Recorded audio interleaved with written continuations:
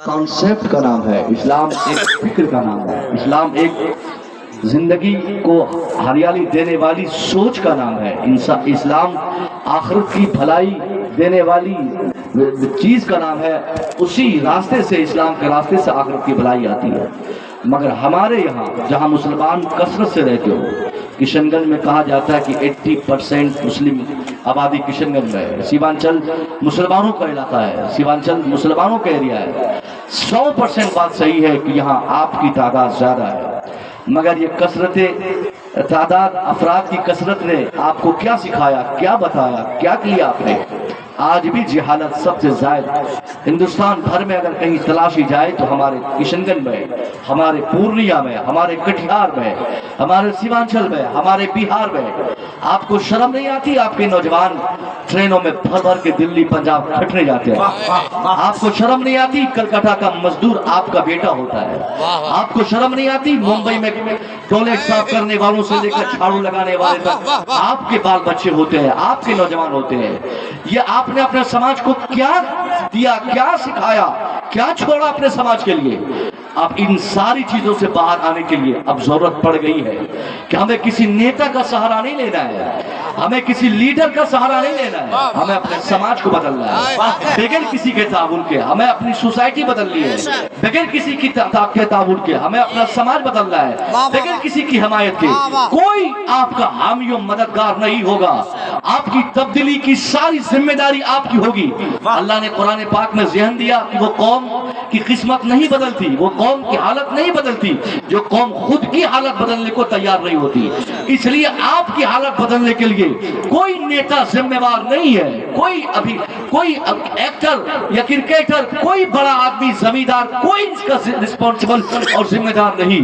अगर आप चाहते हैं कि आपके समाज में बेदारी आए, आपके समाज में अवेयरनेस आए, आपके समाज में जागरूकता पैदा हो, तो इस जागरूकता के लिए, सुनो नौजवानों, इस जागरूकता के लिए सबसे इंपॉर्टेंट काम जो है वही काम आप नहीं करते और चीखते चिल्लाते। आप किशनगंज जिले भर में घूम घूम के नारे लगाते, एहतजाज करते, कभी किसी मंत्री को गाली देते, कभी विधायक को बुरा भला कहते, कभी मुखिया को बुरा भला कहते, कभी सरपंच को जिम्मेदार ठहराते, कभी किसी पीएम को जिम्मेदार ठहराते। नहीं, आपकी जो ये पसमानदगी, जो आपकी हालत, जो ये आपकी कमजोरी, जो आपकी ये हालत आज बनी हुई है, इसका कोई रिस्पॉन्सिबल, कोई जिम्मेदार नहीं सिवाय आपके। कुरान पाक ने ज़हन दिया, वमा असाबकुम मिन मुसीबा फबिमा कसबत ऐदीकुम। तेरी सारी करतूतों का जिम्मेदार तुम खुद हो, ये तेरी हालत का जिम्मेदार तुम खुद हो। कुरान ने जब ज़हन दे दिया कि हमने सारी हालत की जिम्मेदारी हमें कबूल करनी है, तो मैं कहना चाहूंगा कि इस हालत से बदलने, इस हालत की तब्दीली के लिए करना क्या होगा? तो इसके लिए बहुत ज्यादा मेहनत करने की जरूरत नहीं। आप अपने मुआशरे के नौजवानों को सुधारने की कोशिश करें। इस पूरे मुआशरे के नौजवान जो आज हमारे जाहिल दिल्ली, पंजाब, कर्नाटका और पूरी दुनिया की जीनत बने हुए मजदूरी के लिहाज से, इन नौजवानों को हमें सबसे पहले इनके दिलो दिमाग में एजुकेशन डालना है। सबसे बड़ी कमी जो आज हमारे मुआशरे की है वो एजुकेशन की कमी। इसकी कमी नहीं है कि हमारे पास मस्जिद नहीं, हाँ मस्जिद है, आलीशान मसाजिद हर इलाके में, मदरसे भी आलीशान हमारे इलाके में, उलमा भी हमारे इलाके में लाइट, बिजली, पंखा, रोड, सारी चीजें बगल अगल में हो गई अच्छी। मगर आज अगर किसी चीज की बुनियाद पर हमें पसमानदा कहा जाता है, हमें गरीब समझा जाता, हमें कमजोर कहा जाता, हमें थका हुआ, हमें मांदा हुआ, हमें हमारी कमजोरी दिखाई जाती, तो वजह यह नहीं कि हमारे इलाके में धान नहीं होता, यहाँ गेहूं नहीं होता, यहाँ मकई नहीं होता, यहाँ के लोगों में बुद्धि नहीं, सारी चीजें हैं। मगर जिस चीज की कमी शिद्दत से महसूस की जाती, उसी का नाम एजुकेशन है, उसी का नाम तालीम है, वही एजुकेशन है जिसकी कमी सबसे ज्यादा है। यहाँ बैठे हुए जो 25-50 नौजवान मेरे सामने है, मैं दावे से कह सकता हूँ इनमें का कोई ऐसा होगा जो मैट्रिक करके इंटर नहीं किया होगा, कोई ऐसा होगा जो 8 क्लास करके इंटर नहीं किया होगा, कोई ऐसा होगा जो पढ़ाई नहीं करता होगा, कोई ऐसा होगा जो सोचता होगा मेरा बाप मजदूर तो मैं पढ़ के क्या करूं, कोई किसी का बाप ऐसा होगा जो अपनी औलाद की पढ़ाई को ड्रॉप करवा के उनको कहता होगा कि छोड़ बेटा मैट्रिक हो गई, चल अब आगे क्या पढ़ेगा। आप दिल्ली जा कमाने के लिए जमाना नहीं देखता, दुनिया नहीं देखता। लोग स्कॉर्पियो खरीद लिए, लोग बोलेरो खरीद लिए, लोग जमीन खरीद लिए, लोग घर बना लिए, चाहिए, तो क्या मैट्रिक इंटर IABA की बातें करता है? जहाँ ज्यादा पढ़ने की आदत नहीं, ऐसे भी लोग इस महफिल में बैठे होंगे। मैं ऐसे लोगों को समाज का सबसे बड़ा जालिम, सबसे बड़ा दुश्मन समझता हूँ, जो अपनी औलाद की तालीम को ड्रॉप करवाता है, जो अपने औलाद की पढ़ाई को ड्रॉप करवा के दिल्ली भेजता है, पंजाब भेजता है। कानों के दोनों दरवाजे खोल कर वो लोग मेरे पैगाम सुन ले। अगर आज वो अपने बेटे को दिल्ली भेजता है ताकि उसका बेटा कमा कर कुछ बेहतर अपनी जिंदगी बना ले, घर मकान बना ले, तो वो लोग सुन ले, उसका बेटा आज दिल्ली जाकर मजदूरी कर रहा है, कयामत तक वो खटता रहेगा, वो मजदूर का मजदूर रहेगा, गुलाम का गुलाम रहेगा, नौकर का नौकर रहेगा। उसकी जिंदगी नहीं बदल सकती। 5 लाख कमा लेगा, हालत नहीं बदलेगी। घर बना लेगा, हालत नहीं बदलेगी। मकान बना लेगा, हालत नहीं बदलेगी। गाड़ी खरीद लेगा, हालत नहीं बदलेगी। सर से पांव तक की तब्दीली के लिए पैसा बहुत बड़ा फैक्टर नहीं। आप अगर चाहते हैं कि आपके बच्चों में सर से पांव तक सुधार आए, 5 साल के बाद दिल्ली भेजने का इरादा बनाइए। पहले उन्हें बाकायदा पढ़ा लिए, पढ़ाने के बाद मैट्रिक इंटर कराने के बाद फिर दिल्ली भेजिए, तो आपका बेटा दिल्ली मजदूरी, नौकरी और गुलामी करने नहीं, बल्कि बादशाह करने के लिए वो दिल्ली से डालेगा। नारे तकबीर, नारे रिसालत, यही अज़मते इस्लाम, पैगामे इस्लाम, अल्लामा मुफ्ती डॉक्टर मुस्तफी रज़ा मिसबाही, वाह वाह जिंदाबाद। घोर अपराध किया आपने बेइंतहा जुल्म किया अपनी औलाद पर, अपने बच्चों पर। इन बच्चों से आप क्या उम्मीद करते कि बुढ़ापे में आपकी लाठी का काम करेंगे ये बच्चे? नहीं करेंगे। या आपको गालियां देंगे, या आपको बुरा कहेंगे, या आप अगर इंतकाल करेंगे तो आपकी कब्रों पे जाकर फातिहा नहीं पढ़ेंगे, बल्कि आपकी कब्रों पे जाकर शिकायत करेंगे, अब्बा आपके पास जमीन थी मगर आपने पढ़ाया नहीं, आपके पास मकान था आपने तालीम पे तवज्जो नहीं दी, अब्बा क्या कमी थी आपके पास? आप तो शहरों में जमीन लेने के चक्कर में आपने मेरे ऊपर तवज्जो नहीं दी। अब आज आपका बेटा मजदूर है, आपका बेटा किसी का गुलाम है, मैं क्या करूंगा अब्बा? आपकी 10 बीघा जमीन और ये 5 मंजिला मकान, दरवाजे पर 2-4 गाड़ियां लेकर, जो आपने मुझे पढ़ाया नहीं। इसलिए वो सारे अफराद कान खोल के सुन ले, आपके पास जमीन है बेच दीजिए, बच्चों को पढ़ाइए। मकान है बेचना पड़े बेच के बच्चों को पढ़ाइए। दुकान है उसको बेच के बच्चों को पढ़ाइए। मकान जमीन बेच के, दुकान बेच के, घर बेच के, जेवरात बेच के बच्चों को पढ़ाना ऐब की बात नहीं। ऐब तो तब है कि आपके पास जमीन रह गई, आपकी औलाद भी जाहिल रह गई, आपके पास मकान रह गया, आपके बच्चे जाहिल रह गए, आपके पास गाड़ी थी, आपके बच्चे जाहिल थे, आपने मर्सिडीज स्कॉर्पियो खरीदा, बच्चों के पीछे खर्च नहीं किया। याद रखा जाए, जो गार्जियन सिर्फ जमीन, मकान और पैसे इकट्ठा करके बैंक बैलेंस बनाने पर तवज्जो करता है, वो गार्जियन याद रखे, कल मरने के बाद उसकी औलाद अनपढ़ होगी और वो जाहिल औलाद जो करना होगा वो औलाद बखूबी करेगी। फिर आप उम्मीद मत कीजिएगा कि वो कुरान खानी आपकी कब्र पे आके आपके बच्चे करेंगे। आप उम्मीद मत कीजिएगा कि आपके बच्चे आपके नाम पर रिसाले सवाब करेंगे, या आप जब जिंदा रहेंगे तो आपकी खिदमत करेंगे। इन बच्चों की बहुत ज्यादा कमी नहीं, कमी तो शायद हमारी है, कमी आप जैसे गार्जियन की है। कौन यहाँ पर भिखारी है साहब? कौन यहाँ पर अनपढ़ है? कौन यहाँ पर भिखारी है? किनके पास जमीन नहीं, किनकी कमाई 10,000 महीने की नहीं?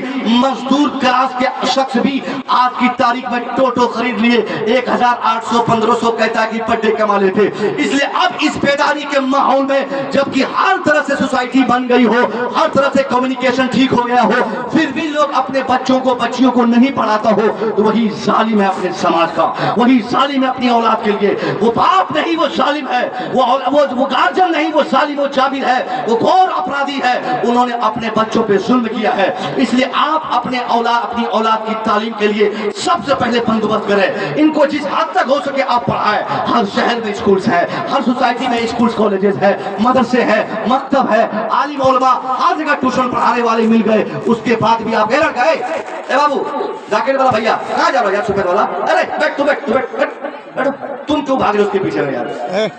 क्या यार तुम कुछ तो ख्याल करो, आपका मौलवी बोल रहा है। یہ محفل کل رات میں نہیں ملے گی، دوست آپ کو مل جائیں گے، یہ پیغام آپ کو نہیں ملیں گے. ہو سکتا ہو کہ آپ نے پڑھائی نہیں کی، مگر اگر میری بات آپ کے دل کو ٹچ کر جائے تو میں امید کروں گا کہ یہ آپ کی آنے والی نسلیں، آپ جب شادی کرو گے یا شادی اگر ہو گئی ہو، بچے ہوں گے، تو آپ ان کے پیچھے دماغ لگائیں گے. ہر گارجن کی صحیح ذمہ. اور بھاگ رہے ہو تم یار، ایسا معلوم پڑا کہ ہم نے کوئی گالی گلوچ کیا کیا آپ کو؟ بھاگنا نہیں ہے. یہ جتنے لوگ سامنے بیٹھے ہیں یہ اوریجنل سننے والے ہیں، ان کے دل میں اسلام کا درد ہے، اس لیے لوگ آگے بیٹھے ہوئے ہیں. اس کے بعد بھی آپ بیچ سے باہر جاؤ گے تو یار ہماری دل شکنی ہوگی نا. میں بھی بہت دور سفر کر کے آیا ہوں نا، گھر تو پورنیہ ہے مگر سفر بڑا طویل رہا، صرف ایک پیغام پہنچانے کے لیے تاکہ آپ میں چینجنگ آئے، آپ میں بدلاؤ آئے. آپ اگر کسی کے بھائی ہو تو اپنے چھوٹے بھائی کو پڑھاؤ. آپ اگر سماج کے ایک فرد ہو تو اس سماج کے آپ فرد ہونے کے ناطے آپ کی بڑی ذمہ داری صاحب، ہر ایک شخص کی ذمہ داری ہے. اور ان بچوں سے کہوں گا بابو تم لوگ پڑھائی کو لازم سمجھو. آج رونا پڑے رو لو مگر تعلیم سے کا پیچھا مت چھوڑو. آپ کو جو کرنا پڑے، ہو سکتا ہو پڑھنے والے بچوں کو کبھی قلم نہیں ملے گا، کبھی ان کو پینسل کی ضرورت پڑے گی، کبھی سائیکل نہیں ہوگی، کبھی بائک نہیں ہوگی، کبھی سواری نہیں ملے گی، کبھی ناشتہ نہیں ملے گا، کبھی دوپہر کا کھانا نہیں ملے گا. یہ سارے پریشرم آپ کو جھیلنے پڑیں گے. مگر اگر اس ساری دقتوں پریشانیوں کو جھیل کر اگر آپ لوگوں نے اپنے ہدف اور ایک ٹارگیٹ کے تحت آپ نے تعلیم حاصل کی تو آپ لکھ کے جائیے. یہ روحانی کانفرنس سے پیغام آپ کے لیے ہے. آپ نے اگر ہر چیز کو چھوڑ کر صرف ایک تعلیم کے پیچھے آپ نے بھاگنے کی کوشش کی، یہی تعلیم آپ کو ایک بار نہیں 50 مرتبہ آپ کو عزت دلائے گی. یہی نالج آپ کو عزت دلائے گی. زمین بناؤ گے، زمین خریدو گے، ایک بار کسی کو بولو گے گاؤں میں سب جان جائیں گے کہ یہ کشن گنج میں زمین لیا. ایک ہی بار لوگ نام کریں گے واہ کشن گنج میں زمین لے لیا. گھر بنائیں گے، آپ کے گھر سے جو شخص ایک مرتبہ گزریں گے وہ گھر کو دیکھ کر چمکتی دیوار اور اونچی عمارت کو دیکھ کر بولیں گے واہ کیا شاندار گھر بنایا. یعنی دنیا کی ساری چیزوں کی تعریف صرف ایک بار کی جاتی ہے، صرف ایک بار. کیا مکان بنایا، کیا گاڑی آپ نے لے لی، کیا مہنگی زمین آپ نے خرید لیا. مگر اس کی جگہ پر اگر آپ پڑھ لو گے، آپ کو نالج ہو جائے گا تو یہ ایجوکیشن، یہ نالج، یہ جانکاری، یہ علم ہمیشہ آپ کو عزت دلائے گا. ہمیشہ آپ مزدوری کرو گے نا، اس میں بھی جو ٹھیکیدار ہوں گے وہ بھی آپ سے ڈریں گے کہ لڑکا پڑھا لکھا ہے. اگر آپ دکان پہ رہو گے، دکانداری کرو گے تو بھی لوگ ادب کریں گے، احترام کریں گے آپ کا کہ یہ آدمی جانکار ہے، یہ پڑھا لکھا شخص ہے، یہ ان کے اندر نالج ہے. اس لیے پڑھائی ہر حال میں ضروری ہے. اور پڑھائی کے لیے پڑھائی کرنے کا مقصد کبھی آپ کے دماغ میں یہ نہ رہے کہ مجھے نوکری مل جائے گی. سنو، سب سے پہلی بات، نوکری کے لیے اگر آپ پڑھو گے تو نوکری ملے گی لیکن آپ انسان نہیں بن پاؤ گے. آپ انسان بننے کے لیے پڑھائی کرو، آپ سماج کی خدمت کے لیے پڑھائی کرو. آپ کا مقصد تعلیم کے پیچھے کا صرف یہ ہو کہ اللہ کے بندوں کی حمایت، اللہ کے بندوں کی خدمت، اللہ کے بندوں کی مدد، یہ ساری چیزیں آپ کا مقصد ہو. یہ نوکری پانا نہیں. نوکری تو صاحب 1-2% لوگوں کو ملتی ہے، اور وہ بھی جو بہت زیادہ پڑھے لکھے رہتے، بہت محنت کرتے، دیش کرنے کے بعد پھر ان کو نوکری ملتی. تعلیم پانے کا مقصد کبھی نوکری پانا نہیں ہوتا. اگر نوکری پانا ہوتا تو 1.5 سے 2% لوگوں کو پورے ہندوستان میں نوکری ہے. اس کا مطلب 98% لوگ بیکار ہو گئے نہیں، بلکہ وہ 2% لوگوں کو نوکری مل گئی، تھوڑی بہت راحت ان کو مل گئی. مگر پڑھائی کا اصل مقصد جو ہے وہ انسان بننا ہے، آدمی کو آدمی بنانا ہے. بیٹے کو سمجھانا ہے کہ باپ کی کیا عظمت ہے، باپ کو بتانا ہے کہ بیٹے کی کیا ضرورت ہے، شوہر کو بتانا ہے کہ بیوی کی کیا اہمیت ہے، بیوی کو بتانا ہے کہ وہ شوہر کی کیا حقیقت ہے. یہ ساری چیزیں جو سماج میں آج ہماری کمیاں ہے، بیٹا بیٹی، مرد عورت، بھائی بہن، ہر ایک میں جو جہالت جمع ہو گئی ہے، اس لیے لاٹھی لٹھول ہوتا، اس لیے لڑائی ہوتی. کوئی گھر بتا دے کہ جس کا گھر سکون کے ماحول میں تبدیل ہو چکا ہے، ہر گھر چل رہا ہے. کسی کے اندر نالج نہیں، نہ سسر سمجھدار، نہ شوہر سمجھدار، نہ بیوی سمجھدار، نہ بھائی سمجھدار، نہ بیٹا سمجھدار. اس گھر کے تمام افراد میں جو شیطانیت کا غلبہ ہے، اس کے پیچھے کا بھی ایک ریجن یہ ہے کہ اس گھر کے جو گارجن ہے وہ گارجن تو آلریڈی جاہل ہے، اس گھر کو چلانے والے وہ جاہل ہے. کوئی دماغ خرچ نہیں کرتے.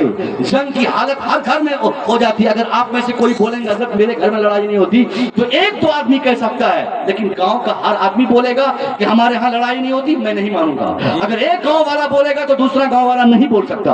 ایک علاقے والا بولے کہ میرا علاقہ بچا ہے تو ٹھیک ہے، مگر پورے ضلع والے نہیں بول سکتے. ایک ضلع والا اگر یہ